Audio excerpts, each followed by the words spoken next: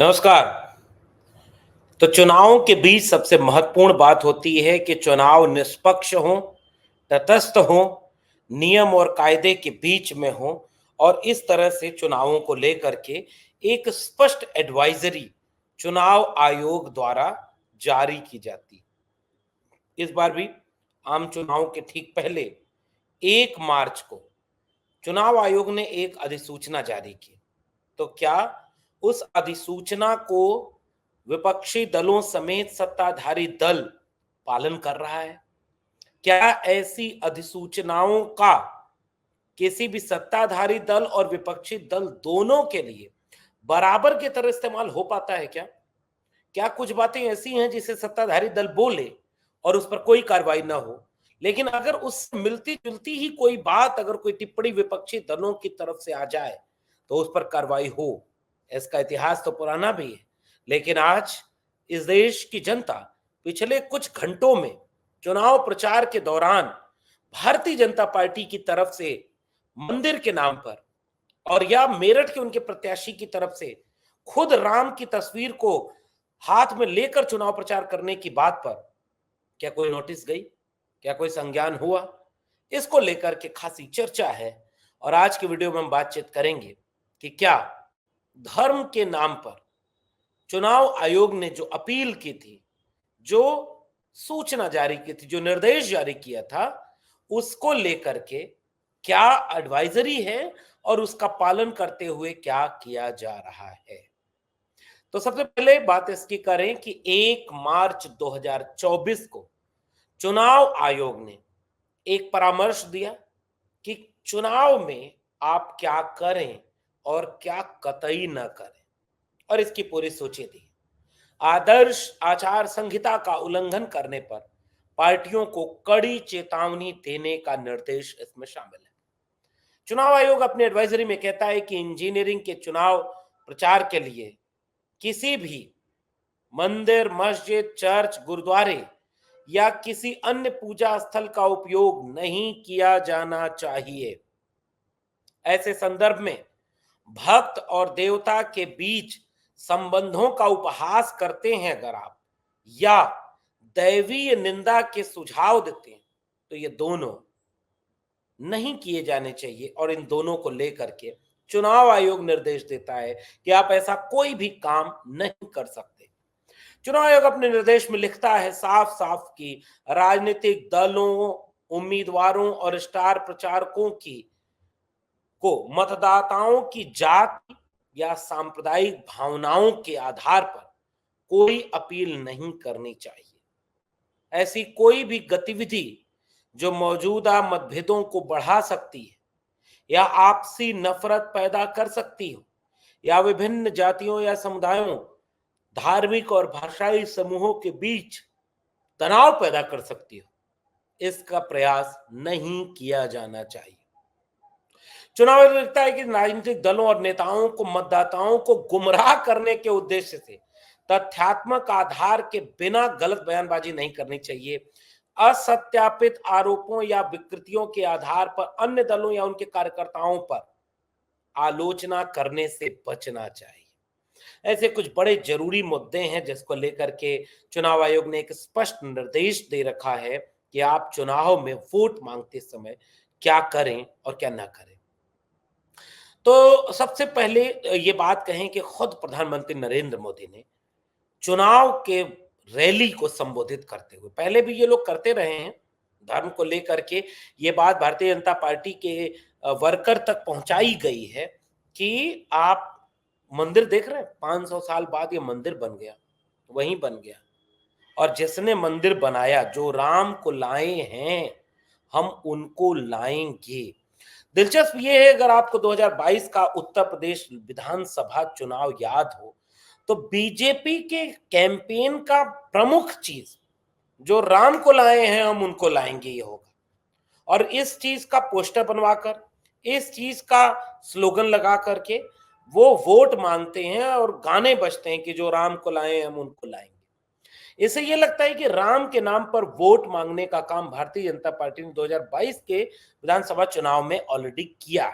इस बार फिर से भारतीय जनता पार्टी की तरफ से यह बात कही जा रही है कि राम मंदिर 500 साल की तपस्या पूरी हो गई। तो नरेंद्र मोदी का ये वाला भाषण सुना है ना, जिसमें वो बार बार कहते हैं कि रामलला टेंट में नहीं है, मंदिर में है। और भक्तों, जो राम को मानते हो, जितने भक्त राम को मानने वाले हैं, उनको इशारा समझ में आ गया कि कौन मंदिर बनवाया, कैसे मंदिर बना। एनसीईआरटी के सिलेबस में अब राम मंदिर आंदोलन शामिल होगा, पता है कि नहीं आपको?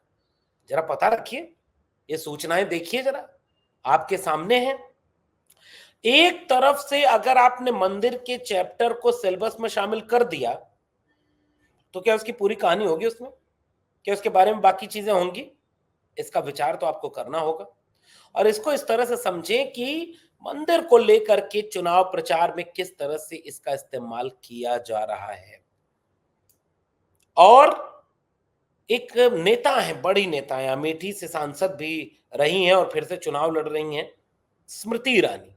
उनकी ये वाली वीडियो देखिए आपने, फिर से देखिए और सोचिएगा कि इस वीडियो में अपने इंटरव्यू के दौरान स्मृति ईरानी कहती हैं कि हम लोग जिन बातों को सोचते थे नरेंद्र मोदी ने उसे करके दिखा दिया। हम लोग सोचते थे कि 370 हटेगा, हमने अपनी आंखों के सामने नरेंद्र मोदी को उसे हटाते देख लिया। महिलाओं को आरक्षण मिलेगा, हमने अपनी आंखों के सामने उन्हें महिलाओं का आरक्षण हटाते देख लिया, बढ़ाते देख लिया। हम ये सोचते थे, मैंने ये संकल्प लिया था कि जब मंदिर बन जाएगा, रामलला उसमें विराजमान हो जाएंगे, तब मैं जाऊंगी मंदिर। और नरेंद्र मोदी जी ने उसे कर दिया। यही वो पॉइंट है जो आपको पकड़ने का है। नरेंद्र मोदी जी ने वो करके दिखा दिया। क्या नरेंद्र मोदी जी ने राम मंदिर बनवाया, या भारतीय जनता पार्टी ने राम मंदिर बनवाया, या तथ्य और सूचना सही है कि वह मंदिर सुप्रीम कोर्ट के आदेश के बाद बना है। वह मंदिर इस बात को लेकर बना कि सुप्रीम कोर्ट ने उस पर अपना एक निर्देश दिया कि मंदिर को इन वजहों से बनाया जाना चाहिए। उसमें भारतीय जनता पार्टी का रोल क्या है? और जब राम मंदिर का स्थापना का समारोह हो रहा था, अगर आप भूले ना हो, भव्य समारोह राम मंदिर का, तो उस समय केंद्र में नरेंद्र मोदी और बीजेपी ने ये इस तरह से प्रचारित किया कि सब कुछ उनके कहने और उनके हिसाब से हो रहा है। इसीलिए विपक्षी दलों ने कहा यह तो एक राजनीतिक इवेंट है। लेकिन जब चुनाव प्रचार चल रहा है, चुनाव प्रचार के बीच में मंदिर की बात करते हुए वोट मांगने की रैली करना, क्या चुनाव आदर्श संहिता का उल्लंघन है या नहीं? यह बात इस देश का आम नागरिक भी चुनाव आयोग से पूछ रहा है। केंद्रीय चुनाव आयोग उससे पूछ रहा है कि क्या यह उल्लंघन है कि नहीं है।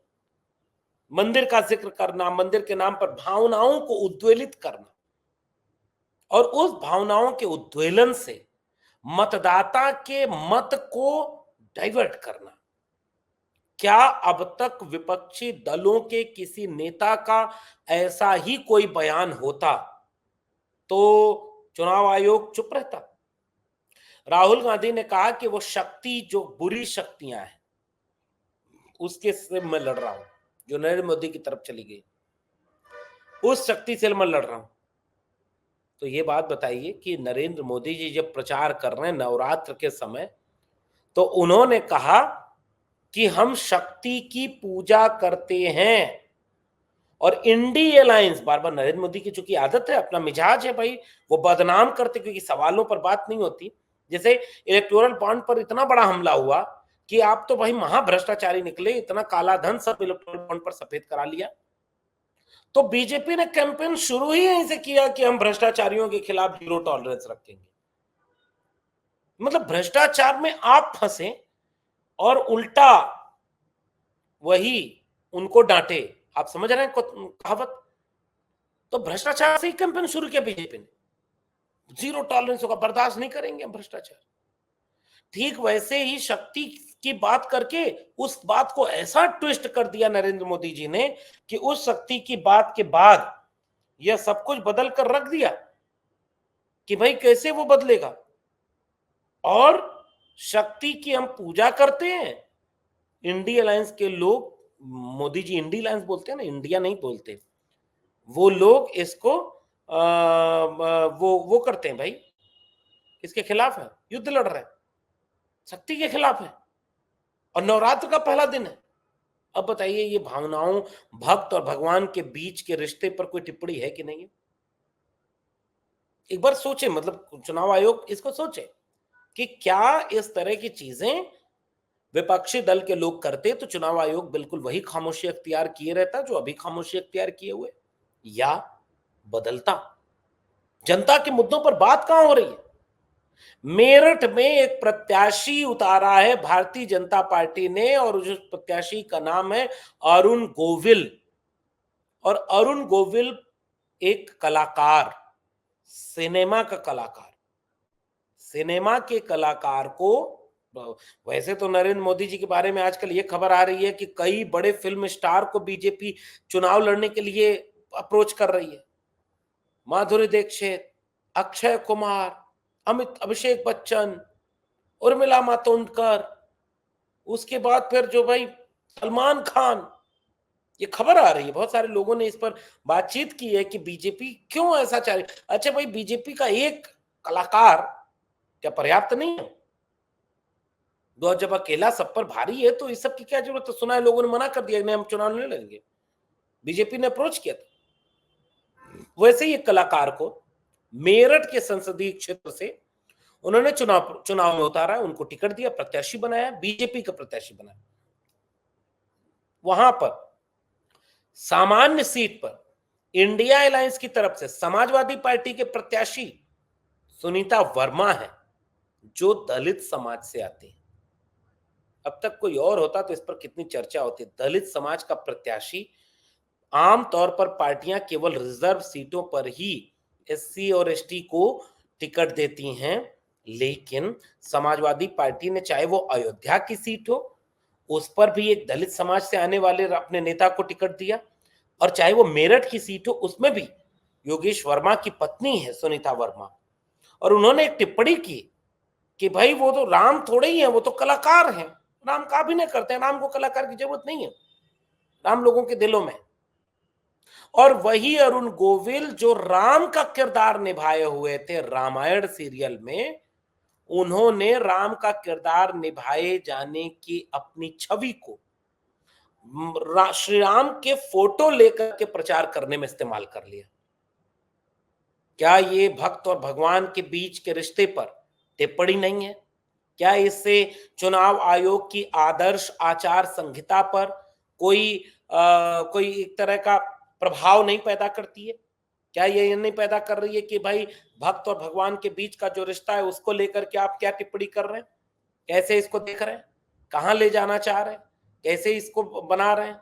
जरा इसको लेकर के सोचने और समझने की जरूरत है कि ये सारे लोग क्या सोच करके इस तरह की टिप्पणी कर रहे हैं, और सामान्य जनता यह सोच रही है कि चुनाव आयोग ने अपनी आदर्श चुनाव संहिता का जो पूरा का पूरा खाका बनाया है, उसमें भारतीय जनता पार्टी की तरफ से जो प्रयोग किया जा रहा है, उस प्रयोग में क्या यह काम करना नियमबद्ध है? क्या आप इस तरह से चुनाव प्रचार कर सकते हैं? और क्या विपक्षी दलों की तरफ से कोई भी प्रत्याशी या तो ऐसी टिप्पणी कर दे, या इस तरह के कोई चीज कर दे? जैसे यही अरुण गोविल है, कांग्रेस इस समय में जब रामायण प्रचार हो रहा था सीरियल का, तो भी कुछ कुछ किया था। तो राम तो दिलों में है ना, कस्तूरी कुंडल बसे, मृग ढूंढे बन माए, ऐसे घट घट राम है, दुनिया देखे नाय।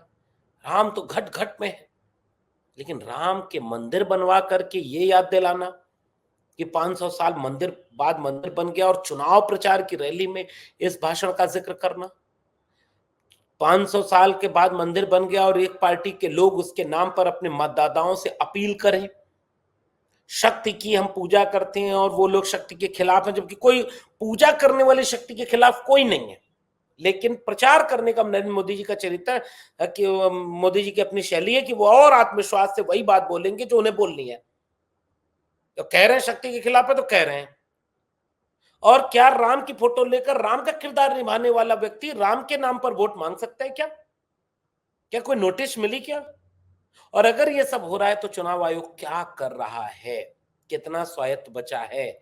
और अगर चुनाव आयोग इस तरह का कोई कदम नहीं उठाता है तो कैसे ये माना जाए कि चुनाव निष्पक्ष, तटस्थ और भरोसेमंद होगा? इस बात को लेकर के जनता में जितना बातें होंगी, सजगता बढ़ेगी, विमर्श होगा, लोकतंत्र उतना ही मजबूत होगा। और लोकतंत्र की मजबूती इस बात के लिए निर्भर करती है कि चुनाव आयोग कितनी सजगता से अपनी नियमावली का पालन करते हुए चुनाव प्रक्रिया को पूरा कराता है। इसका मूल्यांकन जनता भी करेगी और इसका मूल्यांकन चुनाव आयोग के अपने अधिकारियों के हाथ में भी है। देखना दिलचस्प होगा कि आगे इस पर क्या कार्रवाई होती है। आपका क्या मानना है नीचे कमेंट बॉक्स पर जरूर बताइएगा। फिर मिलेंगे किसी और टिप्पणी के साथ, तब तक के लिए बहुत बहुत धन्यवाद।